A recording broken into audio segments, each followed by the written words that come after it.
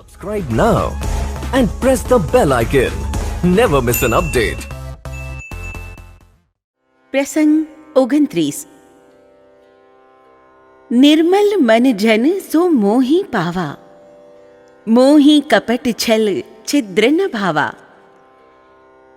ચિંતામણિર લોક સુખમ સુરદ્રુઃ સ્વર્ગ સંપદમ, પ્રયચ્છતિ ગુરુઃ પ્રીતિ વૈકુંઠમ યોગી દુર્લભમ. ચિંતામણી લોકમાં સુખ આપે છે, કલ્પવૃક્ષ સ્વર્ગની સંપત્તિ આપે છે, પરંતુ ગુરુ પ્રસન્ન થાય ત્યારે યોગીઓને દુર્લભ એવું વૈકુંઠ આપે છે. શ્રીમદ ભાગવત સુભાષિત. લોહાણા જ્ઞાતિના અનન્ય ગુરુભક્ત શ્રી જાદવજીભાઈની શાક માર્કેટમાં બટેટાની દુકાન. એમની દુકાને જઈને છોકરાઓ જય સિયારામ કહે એટલે એ ધર્મપરાયણ આત્મા બદલામાં છોકરાઓને પીપરમિન્ટ અથવા મીઠા કાજુનો દાણો આપે. પૂજ્ય શ્રી રાજકોટ પધારે ત્યારે છોકરાઓમાં ધાર્મિક સંસ્કારનું સિંચન થાય એ હેતુથી બધાને આશ્રમમાં જવાનું સૂચન પણ કરે. પોતાના શ્રદ્ધાબળ અને અતૂટ નિષ્ઠાને જોરે જાદવજીભાઈ સમજી શક્યા કે પૂજ્ય શ્રી મહાન અવતારી પુરુષ છે. તેઓ શ્રીની કૃપા દ્રષ્ટિ અને દર્શનનો લાભ પણ કોઈક પૂર્વ સંસ્કાર અને ભગવત કૃપાને કારણે મળી રહ્યા છે. માટે એમને ભજીને આ ભાવમાં સંસાર સાગરને તરી જવો. વખત વહેતો ગયો તેમ તેમ વ્યાવહારિક દુનિયામાંથી એમનું મન ઉઠતું ગયું. આસક્તિ છૂટતી ગઈ અને ભક્તિ વધતી ગઈ. આખરે નાના ભાઈ રવજીભાઈને ધંધો સોંપી એમણે શ્રી સદગુરુ સદનમાં જ રહેવા માંડ્યું. નિયમ ભજનમાંથી થોડી ફુરસદ મેળવીને એ ખીચડી કે શીરા જેવી એકાદ ચીજ ઝટપટ રાંધી નાખે અને રાત્રે ગુરુ મંદિરમાં સૂઈ રહે. જાદવજીભાઈનું ભજન અને એમની આધ્યાત્મિક અવસ્થા ધીરે ધીરે એટલે સુધી પહોંચ્યા કે આંખો મીચી એ ધ્યાનમાં બેસે ત્યારે પૂજ્ય શ્રીના એમને સાક્ષાત દર્શન થતા. તેઓ શ્રી ક્યાં છે, શું કરે છે વગેરે બધું ચલચિત્રની જેમ એમની બંધ આંખોમાં ઉપસી આવતું. પૂજ્ય શ્રીની પણ એમના પર સદા અમી નજર રહેતી. એકવાર સમષ્ટિમાં બોલી ગયા, मेरी हर एक क्रिया को जादव जान लेता है, समझ सकता है, यहां तक उसकी पहुंच हो गई है. એક દિવસ તેઓ શ્રીને પ્રસન્ન જોઈને જાદવજીભાઈએ ધીમે રહીને 3 વચન માગ્યા. પેલું, હે પ્રભુ, મારા અંતિમ સમયે કોઈ પણ પવિત્ર તીર્થ સ્થળ હોય. બીજું, હે નાથ, તે દિવસે કોઈ પણ માસની શુક્લ પક્ષની ચતુર્થી હોય. અને ત્રીજું, મારા અંતકાળ સમયે આપના ખોળામાં મારું મસ્તક રાખીને હું સૂતો હોઉં. આપના બંને હસ્તકમળ મારા મસ્તક પર બિરાજમાન હોય અને મારા હૃદયની અંદર આપના સ્વરૂપનું અખંડ ધ્યાન હોય. એ રીતે મારા પ્રાણ પ્રયાણ કરે. પૂજ્યશ્રીએ કહ્યું, यदि रघुनाथ जी ने चाहा तो जरूर ऐसा ही होगा. जादव, तुम्हारी इच्छा वे जरूर पूरी करेंगे. પરંતુ જાદવજીભાઈ પૂરા ચતુર નીકળ્યા. મોઢાની વાત એમણે માન્ય ન રાખી. બધા વચન એક કાગળમાં લખીને એમણે વિનંતી કરી, આ પત્રમાં આપની સહી કરી આપો બાપુ, એટલે પત્યું.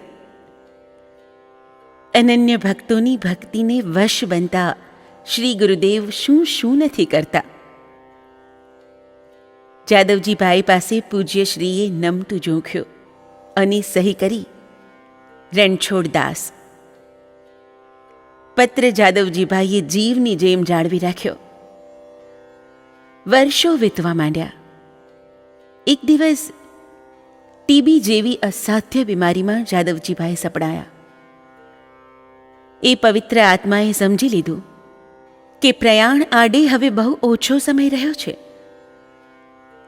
શરીરમાં અશક્તિ ખૂબ આવી ગઈ હતી, છતાં પંચકેશ વધારી મૌન રાખી એ વધુ ભજન કરવા લાગ્યા. આખરે અંતકાળ નજીક આવ્યો જાણી બે ભક્તોને સાથે લઈને એ પૂજ્ય શ્રી પાસે ચિત્રકૂટ આવ્યા. એ લોકો પહોંચ્યા તે પહેલા પૂજ્ય શ્રી તો સર્વેત્ર સુખિનઃ સંતુ સર્વે સંતુ નિરામયાઃ સર્વે ભદ્રાણી પશ્યન્તુ મા કશ્ચિત દુઃખમાપ્યુનાદ. આ શ્લોક બોલી 1 મહિનાનું કાષ્ઠ મૌન લઈને ગુફામાં બેસી ગયેલા. ચિત્રકૂટમાં રહેલા ભીમજી બાપાએ સમાચાર આપ્યા. સૌ અવધિ પૂરી થવાની શાંતિપૂર્વક રાહ જોવા લાગ્યા. એ સમયે કુંડ પર હરિદ્વારથી એક સંન્યાસી આવેલા. પૂજ્ય શ્રીના કાષ્ઠ મૌન તપની વાત સાંભળીને શંકા લાવી સત્ય વસ્તુની તપાસ કરવા માટે એણે પૂજ્ય શ્રીની ગુફા પાસે એક ગુપ્તચરને મૂક્યો. બરાબર 1 મહિના સુધી એણે બારીકાઈથી નિરીક્ષણ કર્યું, પરંતુ કોઈ છિદ્ર જોવામાં ન આવ્યું. પૂજ્ય શ્રીની કાષ્ઠવત સમાધિ દશાની ખાતરી થઈ જતા એ ખૂબ પ્રભાવિત થયા. સંત પુરુષો આપણા ત્રાજવા પર તે કદી તોડાતા હશે? શ્રીરામ મહાયજ્ઞ અને નેત્રદાન યજ્ઞ જેવા પરમાર્થ કાર્યમાં અદ્ભુત સફળતા પ્રાપ્ત કર્યા છતાં આવું મહાન કાર્ય મેં કર્યું એવા અહંકારથી અથવા એની ફલેચ્છાથી નિજ સ્વરૂપને દૂર રાખી રાત દિવસ કર્મરત રહીને એક નિષ્કામ કર્મયોગીનું શ્રેષ્ઠ ઉદાહરણ પૂરું પાડ્યા પછી એ જ ચિત્રકૂટમાં 1 મહિનાનું કાષ્ઠ મૌન લઈને કર્મ સંન્યાસીની અતિ મહત્વની સમાધિસ્થ મુશ્કેલ અવસ્થામાં પણ તેઓ શ્રી એવા જ સર્વશ્રેષ્ઠ સાબિત થયા. કર્મયોગીની ભૂમિકા વખતે એ કર્મોમાં જ ઓતપ્રોત રહેવા છતાં માનસિક શાંતિ એમણે કદી ખોઈ નહીં. કાષ્ઠ મૌન વખતે એનાથી તદ્દન વિરોધી લાગતી અવસ્થામાં તેઓ શ્રી રહ્યા ત્યારે જગતની નજરે એ બહારથી સંપૂર્ણ શાંત અને નિવૃત્ત દેખાયા, છતાં એમની અંદર જગતને હલાવી નાખવાની અગાધ શક્તિ ભરી હતી. પૂજ્ય શ્રીએ ભગવાન શ્રી કૃષ્ણે શ્રીમદ્ ભગવદ્ ગીતામાં અર્જુનને ઉપદેશેલી પૂર્ણાવસ્થા પ્રાપ્ત કરી હતી, કારણ કે કાષ્ઠ મૌન દરમિયાન એમણે બ્રહ્મ સાથે તાદાત્મ્ય વૃત્તિ સાધી હતી. એ સમયની ભાવનાની અસર આખા જગત પર પ્રસરી શકવા સમર્થ હોય છે. રેડિયોનું ટ્રાન્સમીટર એક જગ્યાએ બોલે છે, પરંતુ તેની અસર આખા વિશ્વ પર નથી થતી. આ અવસ્થામાં કર્મ અને સંન્યાસ બંને એક જ બની જાય છે. પૂર્ણ કર્મયોગ એ જ સંન્યાસ અને પૂર્ણ સંન્યાસ એ જ કર્મયોગ બની જાય છે. પૂર્ણાવસ્થામાં જગતને બહારથી પોતાની જેવી દશા દેખાતી હોય તેવી આંતરિક અવસ્થા ન હોય. આ અવસ્થાને આચરી બતાવીને પૂજ્યશ્રીએ બંને યોગનું જગતને પ્રત્યક્ષ દર્શન કરાવ્યું. ભાદરવા સુદ બીજને દિવસે નિશ્ચિત સમયે દ્વાર ઉઘડ્યા. પૂજ્યશ્રી બહાર પધાર્યા. જાદવજીભાઈ સહિત બધાએ ભાવપૂર્વક વંદન કર્યા. કાષ્ઠ મૌન તપની સમાપ્તિના ઉપલક્ષમાં ગામડાઓમાંથી કેટલાય ભક્તો આવેલા. પારાવાર ભીડ હતી. તેઓ શ્રી શાંત ચિત્તે બધું જોતા રહ્યા. પૂજન આરતી વગેરે પત્યા પછી એક दृष्टांत आप्યું. काष्ठ मौन में ऐसी कौन सी विशेषता है जो आप सब लोग इतना कष्ट उठाकर यहां आए हैं। सुनो, अरब देश से एक बार एक आदमी व्यापार करने के लिए भारत में आया और यहां रहकर व्यापार करने लगा। एक दिन उससे बड़ा भारी अपराध हो गया, जिसके फलस्वरूप उसे दंड का पात्र बनना पड़ा।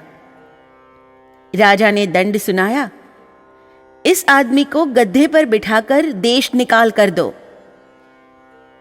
दंड के अनुसार उसे गड्ढे पर चढ़ाकर अरबस्तान लौटाया गया। आदमी ने अपने देश में जाकर कहा, भाई, भारत के लोग तो इतने सज्जन हैं कि अपराधी को भी स्वागत से ही विदा करते हैं। देखो ना, मुझे गड्ढे पर बिठाकर विदा दी। अरबस्तान में गड्ढे पर बिठाना स्वागत का ही एक रूप समझा जाता है।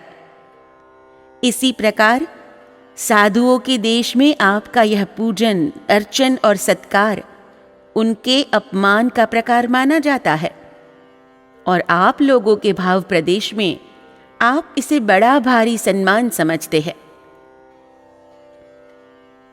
રાતના 11 વાગ્યા સુધી સત્સંગ ચાલતો રહ્યો.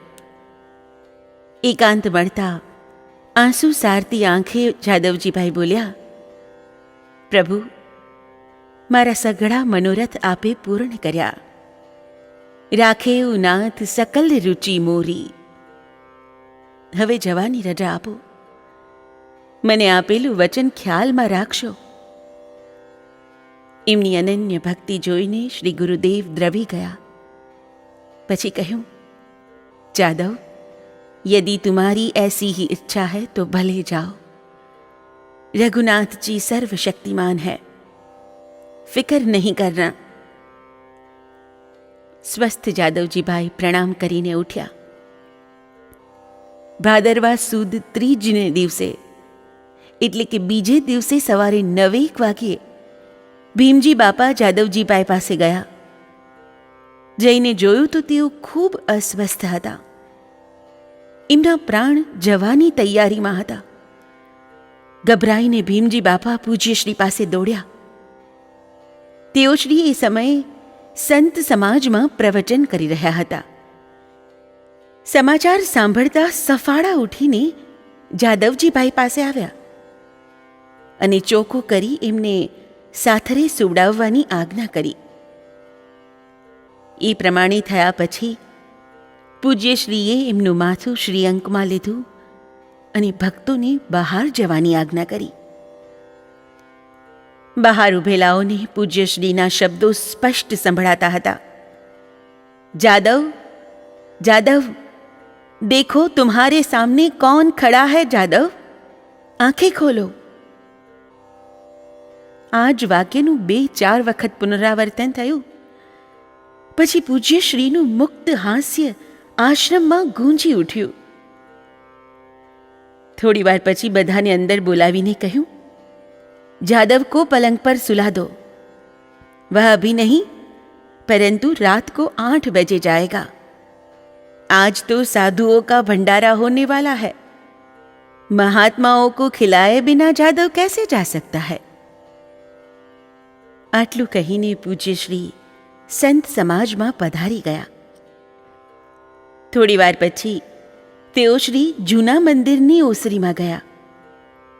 હરિદ્વારવાળા સંન્યાસી ત્યાં બેઠેલા. જાદવજીભાઈની સઘળી હકીકત એમણે સાંભળી હતી. તેથી પૂજ્યશ્રીની સિદ્ધિની પરીક્ષા કરવાને ઈરાદે એમણે પૂછ્યું, કેમ સ્વામીજી, શા સમાચાર છે? आप खुद जाकर देखाइए महात्मा जी. પૂજ્યશ્રીએ ટૂંકમાં બતાવ્યું.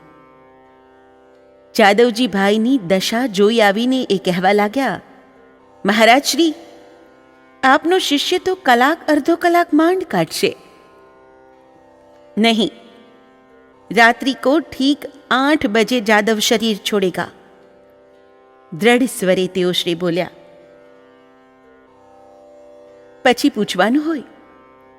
સંન્યાસી તો જાદવભાઈના રૂમ પાસે જ અડ્ડો જમાવીને બેસી ગયા. જાદવજીભાઈ જ્યારે આંખો ખોલતા હતા ત્યારે એમના ચહેરા પર મંદ મંદ સ્મિત સિવાય કોઈને કશું દેખાતું નહોતું. પીડા કે અસંતોષનું કોઈ ચિહ્ન ત્યાં નહોતું.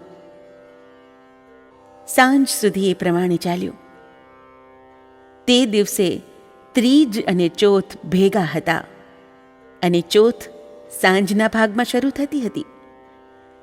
એટલા ગાળામાં સાધુઓની પંગત પતી ગઈ અને જાદવજીભાઈને પ્રિય એવી શુદ્ધ ચોથ પણ બેસી ગઈ.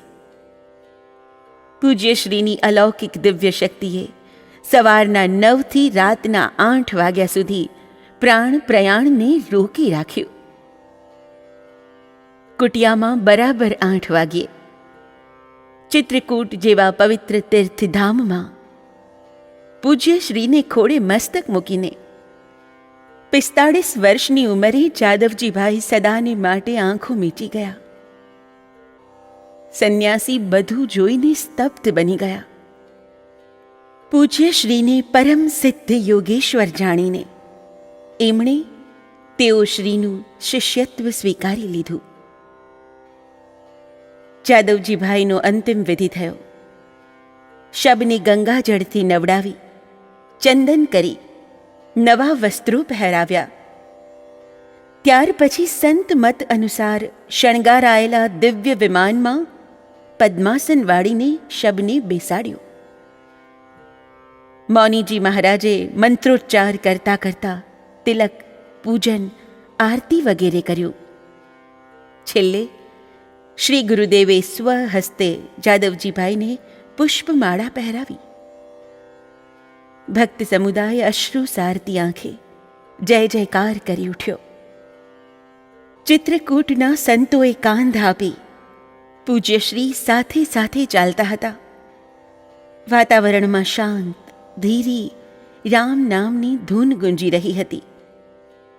ત્યારે એમણે કહ્યું, जादव की अनन्य भक्ति के बस होकर मैंने उसकी याचना का स्वीकार किया और प्रणतपाल श्री रघुनाथ जी ने आज मेरा प्रण पूर्ण किया.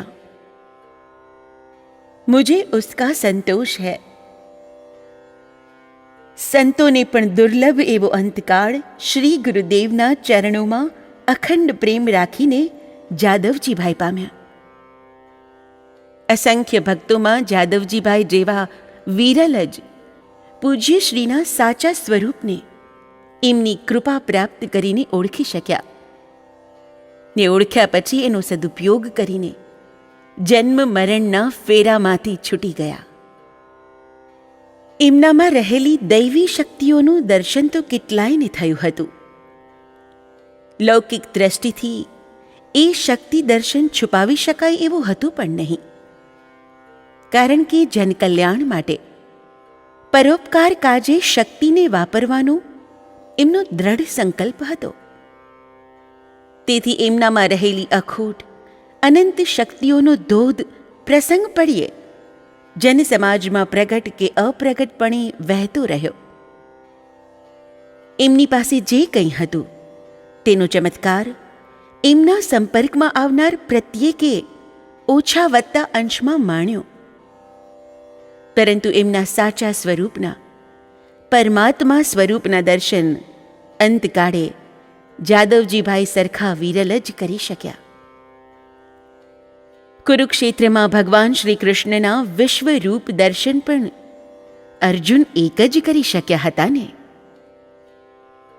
સ્વરૂપનું દર્શન તો જેમના પર એ કૃપા કરે તે જ કરી શકે ને પાત્ર વ્યક્તિ પર કૃપા વરસે એની અનન્ય ભક્તિ, શ્રદ્ધા અને શરણાગતિને કારણે. એ વિના તો પાણી મેં મીન પિયાસી જેવી દશા ભોગવવાની. ધન્ય જાદવજીભાઈ, સાક્ષાત પરબ્રહ્મ સ્વરૂપ શ્રી ગુરુદેવની અનન્ય ભક્તિ કરીને તમે ખુદ તો તરી ગયા, પરંતુ અન્ય માટે પણ દાખલો બેસાડતા ગયા ને જગત સમક્ષ गुरु महिमा ने खुल्लो मुकता गया. साईं के दरबार में कमी कछु है नाही, बंदा मौज न पावही तो चूक चाकरी माही. सर्वे त्रह सुखिनः सन्तु सर्वे सन्तु निरामयाः, सर्वे भद्राणि पश्यन्तु, मा कश्चिद् दुःखमाप्नुयात्। जय गुरुदेव, जय Siya Ram. Subscribe now and press the bell icon. Never miss an update.